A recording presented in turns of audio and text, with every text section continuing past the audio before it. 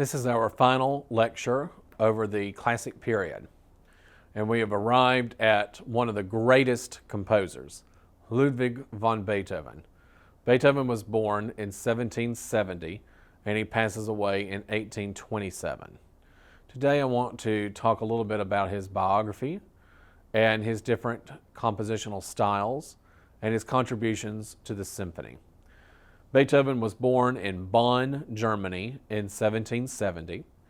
His grandfather, who was also by the same name, was the music director for the Bonn court. Unfortunately, though, his grandfather did not live very much longer after Beethoven was born, and so the next best musician in the family was Johann Beethoven, Beethoven's father. However, Beethoven's father was a sorely alcoholic and an abusive parent. And it's a wonder that Beethoven did not turn off from music, because the way that he and his dad interacted was through music lessons. But music is going to be Beethoven's solace throughout his lifetime. It's what he's always going to turn to, what he's always going to choose. When we were moving between the Renaissance and the Baroque period, we talked about Claudio Monteverdi, opera composer who was brought on board by the Florentine Camerata, and he is called a transitional composer because he begins his life creating polyphonic motets for the church and also secular purposes in the madrigals, and then he parlays that into the new homophonic monody Baroque approach. Beethoven, though, is the transitional composer between the classic and the Romantic period. The first Romantic composition composed by Beethoven is Symphony No. 3. And so from that point forward, Beethoven is evolving and changing and moving in a completely new direction. Beethoven was able to meet his idol, Mozart, once in his earlier life, around the time when he was 16. This was talked about in the Mozart biography video. However, Beethoven received news from home that his mother was ailing, so he returned home to take care of her, a father he despised, and his two younger brothers. But by the time Beethoven turns 22 years of age, he decides that he needs to do what he needs to do for his own life. So he moves to Vienna. The year is 1792, the year after Mozart has passed away. So the next best person to choose is Franz Joseph Haydn. So Haydn becomes Beethoven's mentor. Beethoven is taught by Haydn not only about music, but how to conduct himself in the Viennese society. Vienna, by this time, is now the centerpiece for music. And so Beethoven has to be able to talk to the subsidizers and the people who would eventually help him with his finances. And he also needs to know how to create music to suit their needs. And Haydn, who has been playing the game for a long period of time now, is able to help the young Beethoven out. So when Beethoven moves to Vienna, he's first known as a great pianist, as a great performer. With Mozart having passed away, there's a gaping hole now for the greatest performer in Vienna. But Beethoven is able to take up that mantle, to take up that role. So for the first 10 years of Beethoven's life in Vienna, 1792 to 1802, he is a classic composer. Haydn is his mentor, and toward the end of these first 10 years, he composes his first two symphonies, Symphony No. 1 and Symphony No. 2. But 1802 is a very pivotal year in the life of Beethoven. Beethoven, unfortunately, is hearing a ringing in his ear, and it's only getting louder. He eventually will become deaf. His doctors tell him to go and rest, go recuperate outside of Vienna, go and de-stress. So Beethoven moves to a city called Heiligenstadt. While in Heiligenstadt, he takes mineral baths, he inserts giant trumpets into his ear to hopefully help him hear more sounds. He arrives and he's able to hear the church bell in the town tolling, but by the time he's about to leave and pack up from Heiligenstadt, he can barely hear the tolling of the church bell. So this is a very depressing time in the life of this composer. One of the things about Beethoven is that, I don't know if you've ever been ticked off or pissed off by someone, but you might go and write some sort of story about it on Facebook, or you might write this email, but after you finish writing about your feelings, you don't send it. It's a cathartic process. Well, that's what happened in Beethoven's life a lot. He often would write these letters, and once he was finished, he was too shy or felt better enough to not send them. So he wrote a letter that we find in his desk after he passes away that is called today the Heiligenstadt Testament. The end of it reads like a last will and testament where he bequeaths or leaves these holdings to his two younger brothers. But in the beginning of this particular letter, which I would like to read a few portions of it for you, we learn a lot about the Beethoven psyche, and we learn a lot about his feelings towards music and towards what he wants to still achieve. For my brothers Carl and Johann Beethoven, O you men who think or say that I am malevolent, stubborn, or misanthropic, how greatly do you wrong me. You do not know the secret cause which makes me seem that way to you. From childhood on, my heart and soul have ever been full of the tender feeling of goodwill, and I was ever inclined to accomplish great things.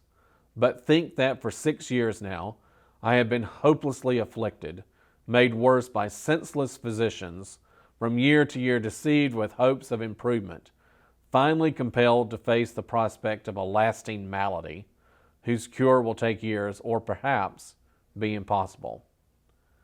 Though born with a fiery, active temperament, even susceptible to the diversions of society, I was soon compelled to withdraw myself, to live life alone. If at times I tried to forget all of this, oh, how harshly I was flung back by the doubly sad experience of my bad hearing. Yet it was impossible for me to say to people, speak louder, shout, for I am deaf. Ah, how could I possibly admit an infirmity in the one sense which ought to be more perfect in me than others, a sense which I once possessed in the highest perfection, a perfection such as few in my profession enjoy or ever have enjoyed. Oh, I cannot do it. Therefore forgive me when you see me draw back, when I would have gladly mingled with you. My misfortune is doubly painful to me because I am bound to be misunderstood. For me, there can be no relaxation with my fellow men, no refined conversations, no mutual exchange of ideas. I must live almost alone, like one who has been banished. But what a humiliation for me when someone standing next to me heard a flute in the distance, and I heard nothing. Or someone heard a shepherd singing, and again I heard nothing. Such incidents drove me almost to despair. A little more of that and I would have ended my life. It was only my art that held me back. It seemed to me impossible to leave the world until I had brought forth all that I felt was within me. So I endured this wretched existence, truly wretched for so susceptible a body, which can be thrown by a sudden change from the best condition to the very worst. Patience, they say, is what I must now choose for my guide, and I have done so. What an incredible statement. Several ideas in that letter strike me, where he talks about that he cannot have any mutual exchange of ideas. That's the Enlightenment in a nutshell. Beethoven was not able to mix with society and mix with his fellow men because he couldn't hear what they were saying. He could not respond to their concepts and offer his own ideas. He thought about his hearing in a perfection that others in the field have never enjoyed. So he knew that his talent for music was far superior than to the other musicians of the day or in the future. But then the one reason that everybody reads this is that he does contemplate suicide, but he feels like he has more to give to the world, and certainly he does. In the next year, Beethoven begins his Romantic style, his Romantic period, and it is from 1803 to 1816.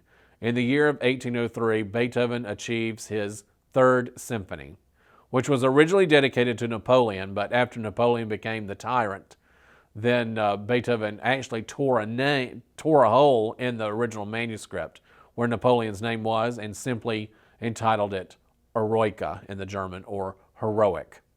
And this Third Symphony is heroic in a lot of different ways.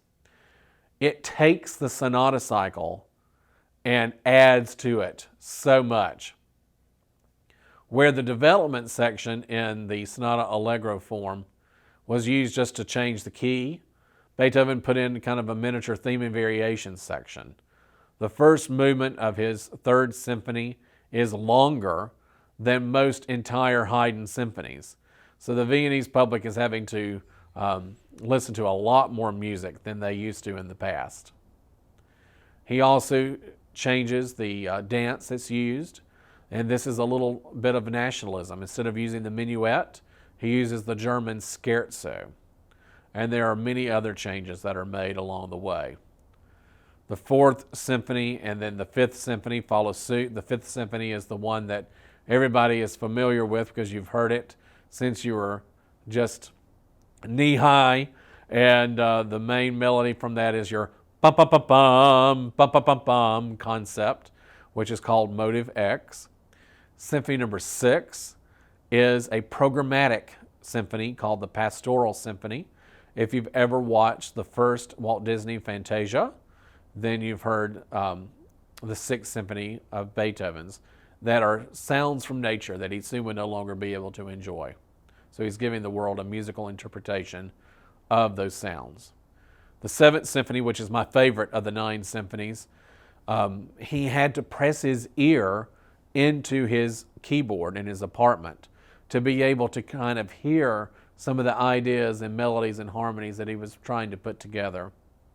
Symphony number 8 is dedicated to the memory of Haydn. Both Mozart and Beethoven dedicated compositions to Haydn. So here we have a universality, a brotherhood amongst these classic and early Romantic composers. Then, following the 8th Symphony, we reach a time in Beethoven's life where he goes through a custody battle for his nephew. During this 5-year period of time, Beethoven becomes so stubborn and so tunnel vision about gaining custody of his brother's son that it really takes him away from music.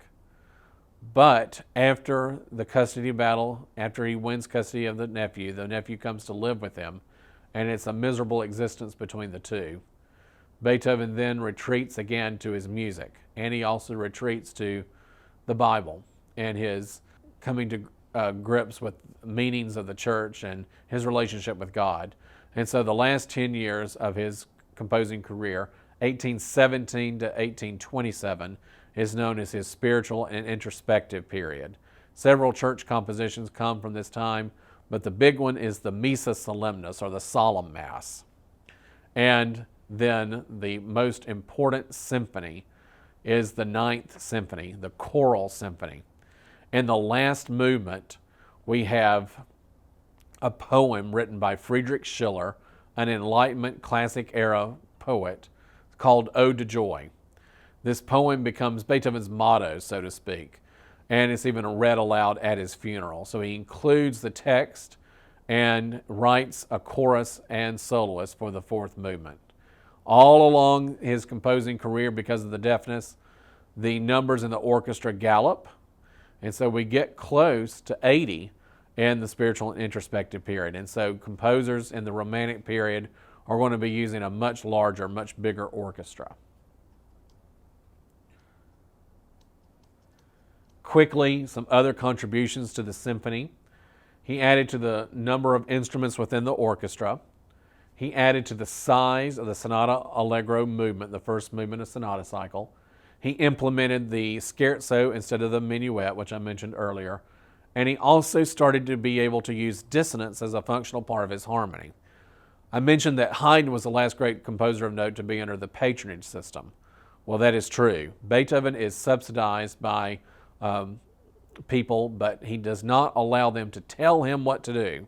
So he's able to use different sounds that were not allowed by the patrons of earlier.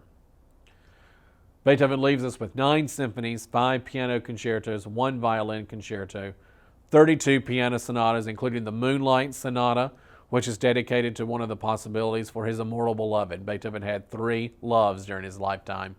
And he wrote another letter to the one that he loved the most and referred to her as the immortal beloved. 16 string quartets, only 1 opera, Fidelio. Fidelio was a miserable flop the first 2 times that it debuted, but it becomes a very important opera on its 3rd revision. That shows Beethoven's stubbornness and his unwilling to let something go. Beethoven is a very influential composer, and the Romantic composers to follow are going to pay a lot of attention to what he did. When next we meet, we're going to be discussing the Romantic period. Have a great day.